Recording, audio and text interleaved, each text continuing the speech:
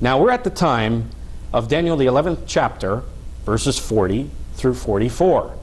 Now it's interesting that the churches of God continue to preach that verses 40 through 43 of Daniel 11 has not been fulfilled yet.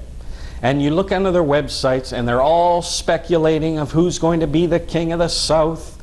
And they say that the king of the north is the coming beast power. Now we have discovered through Bible study, not through man's interpretation of what the Bible's supposed to say, but through Bible study, we have discovered that these prophecies of Daniel 11:40 through 43 have already been fulfilled in the Gulf War, and we're at verse 44 now with the war on terror. Now what we see in the prophecies in Daniel the 2nd chapter, Daniel 2 and Daniel 11 go together like hand in glove. And Daniel 2, when we get down to the feet and toes of this great image, the king of Babylon, Nebuchadnezzar, saw this great image in the plain of the head of gold, the arms and chest of silver, the torso of brass, and the legs of iron. And then when we get down to the feet and toes, part potter's clay and part iron. Now the iron we know is the Roman Empire, Europe. What is the potter's clay? What the churches of God, they failed to understand here is that there are two phases down at the feet and toes, the potter's clay phase and the miry clay phase. Now, some of the churches of God know this interpretation of Bible prophecy, and of course they have rejected. What church do you know have ever changed their doctrines? Well, none. Now, they continue to say, well, we continue to preach the interpretation of this prophecy by Herbert W. Armstrong, which he says the beast power is the king of the north. Now, because he didn't understand something, does that make you not want to look into the Bible prophecies deeper to try and see if he was correct on that interpretation? You're telling me that this prophecy and other prophecies have not been fulfilled since the 1960s?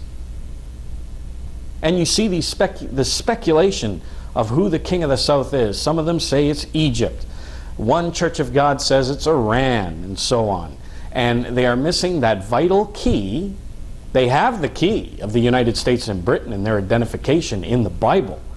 But they are missing that key. They are not applying that key, rather, to this prophecy of Daniel 2 of the potter's clay and the miry clay. They've missed it.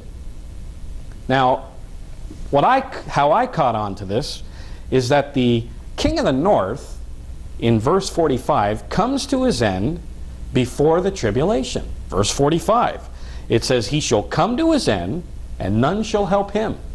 This is before the tribulation. So I'm wondering, well, how can that be? I mean, the beast plainly fights Christ at his coming in Revelation the 17th chapter, verses 12 through 15. And that's after the tribulation, during the day of the Lord. Yet it says here, he shall come to his end, and it's before the tribulation, as we read in verse 1 of Daniel 12. And at that time, what time? Well, when the king of the north comes to his end. Michael stands up, lifts the protection over Israel, and then it says, and there shall be a time of trouble, such as never was since there was a nation, even to that same time. That is the Great Tribulation. So I looked into the prophecies more, delved deep into study, and to find that there are two phases, the potter's clay phase and the miry clay phase. Something that either God didn't reveal to Herbert W. Armstrong, or he missed it. Whatever it is, he didn't understand it, so he just understood that the king of the north is the beast power, and it's just simply not true.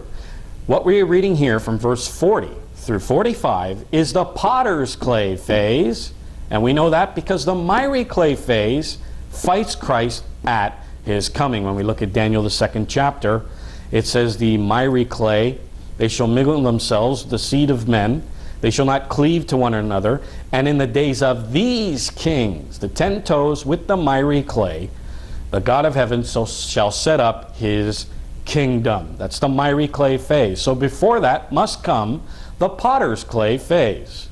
Now, In Daniel, in the booklet, we go through Daniel 11 step by step, and when we get to verse 39, it stops during the time of Hitler and Mussolini.